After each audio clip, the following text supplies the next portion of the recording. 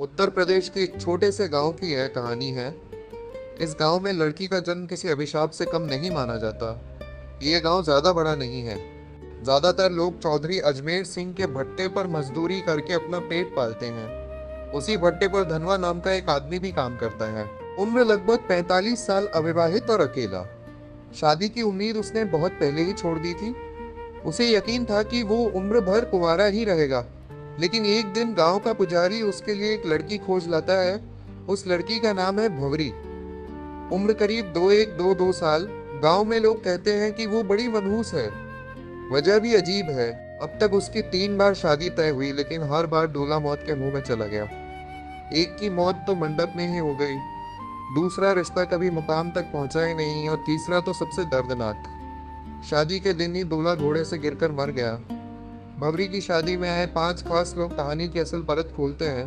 पहला है चौधरी अजमेर सिंह, गांव का सबसे बड़ा जमींदार और रोजगार दाता।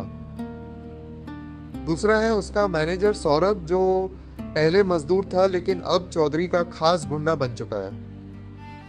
मजदूरों से हफ्ता वसूली करना और उन पर दबंगई दिखाना उसका काम है।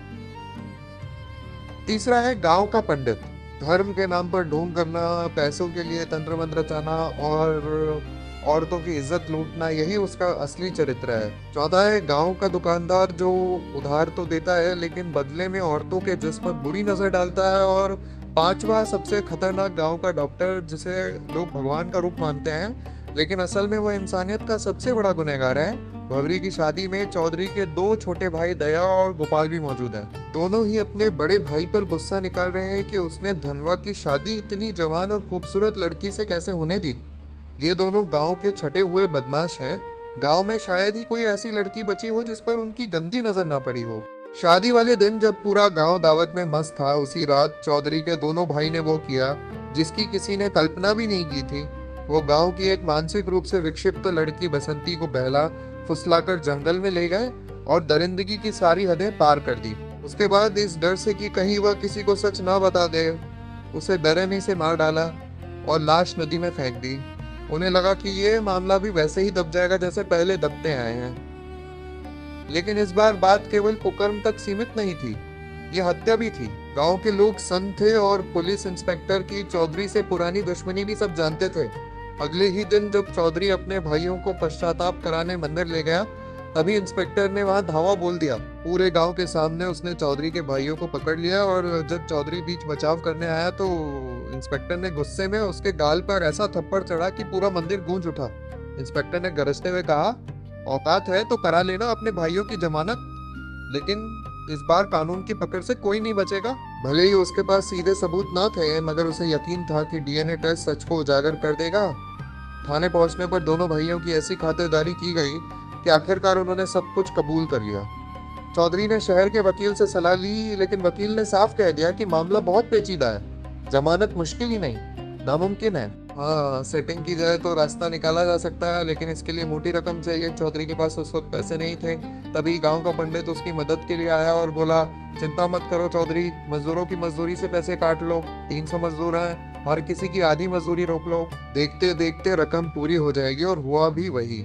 मजदूरों की आधी मजदूरी काट ली गई। मजबूरी में मजदूर काम छोड़कर भी नहीं जा सकते थे, क्योंकि आसपास दूसरा कोई भट्टा ही नहीं था। जो विरोध करता उसे धमकियां मिलती या उसकी कुंडली दिखाकर डराया जाता। गरीब मजदूरों की हालत बद से बदतर हो गई। बुधवार नाम का मजदूर अपने बीमार बेटे की दवा तक नहीं खरीद सका। आखिर उसकी पत्नी मालती को बेटे के इलाज के लिए गांव के डॉक्टर के साथ सोना पड़ा। अगले दिन धनवा खुद अपनी बकाया मजदूरी मांगने चौधरी के पास गया।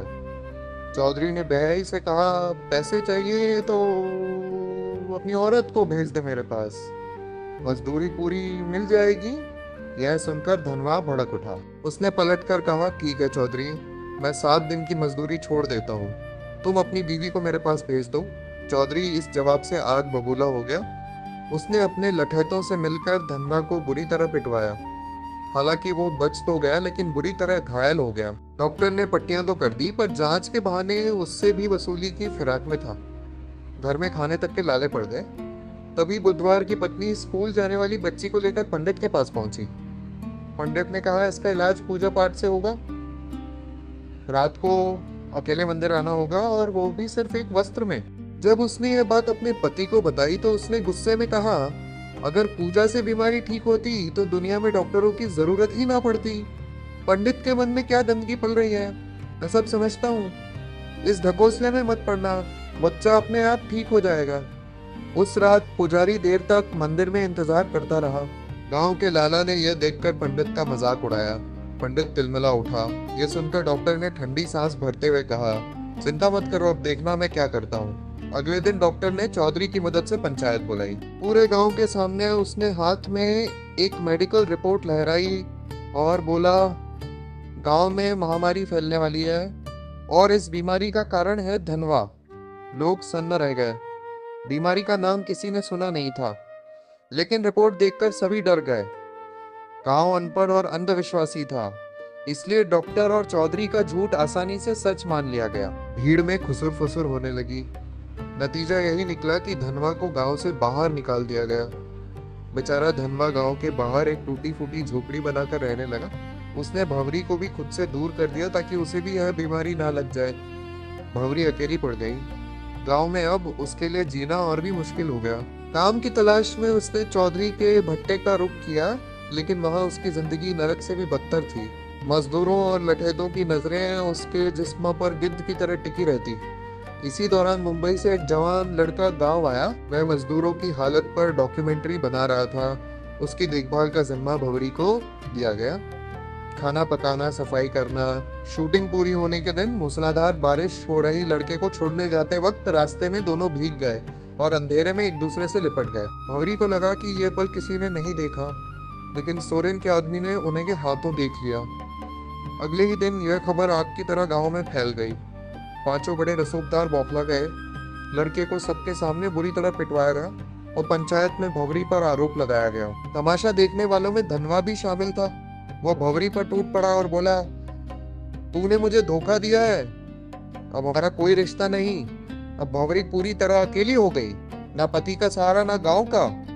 दिन रात अपमान झेलने के बाद उसने वही रास्ता चुना जो गांव उसके सामने धकेल रहा था। उसने चौधरी और उसके चम्मचों को संदेश भेजा, अब मैं वही करूंगी जो तुम चाहते हो, लेकिन मेरी कीमत बाकी औरतों से 7 गुना होगी। पहले तो सबने इसे अनसुना किया, मगर रात गहराते ही पांचों रसूखदार बारी बारी से उसके घर पहुंच गए। बोली लगनी शुरू हुई। आखिरकार सबसे मोटी रकम लेकर एक ने भंवरी का यह धंधा शुरू किया और यहीं से गांव की हवस की भूखी भीड़ टूट पड़ी। भंवरी अब गांव की लानत नहीं, गांव की सबसे महंगी औरत बन चुकी थी।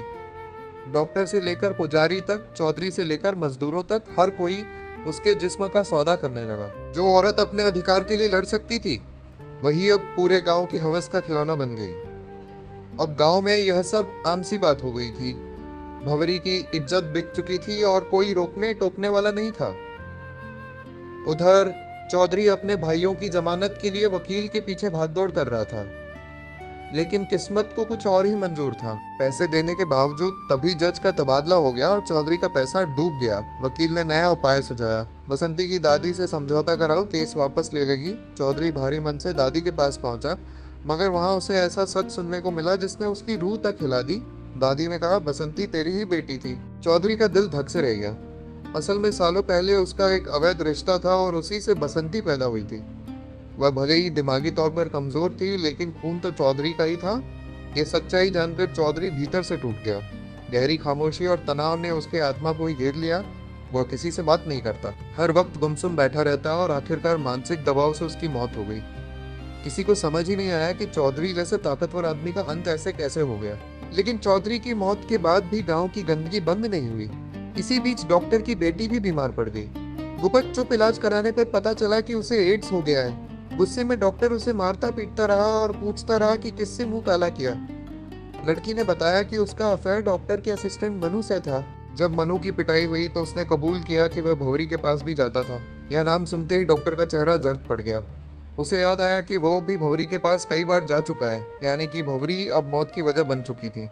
धीरे धीरे पूरे गांव में मौतों का सिलसिला शुरू हो गया।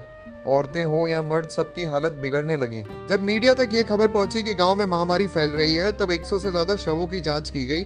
रिपोर्ट सामने आई तो एड्स का पता चला। गांव में हाहाकार मच गया। अब लोग किसे दोष दें? सबकी उंगलियां धनवा की तरफ उठी क्योंकि वही था जिसे सालों पहले एड्स की बीमारी हुई थी। गुस्सा है गांव वाले उसे पीट पीट कर थाने ले गए, लेकिन जब उसका खून टेस्ट हुआ तो सच्चाई सबके सामने आई। धनवा को कभी बीमारी थी ही नहीं। असल में डॉक्टर ने पंचायत में झूठी रिपोर्ट दिखाई थी। असली बीमारी भौरी तक पहुंची थी उस मुंबई वाले लड़के से जो डॉक्यूमेंट्री शूट करने आया था। वहीं से यह जहर पूरे गांव में फैल गया। अब गांव वालों का गुस्सा फट पड़ा।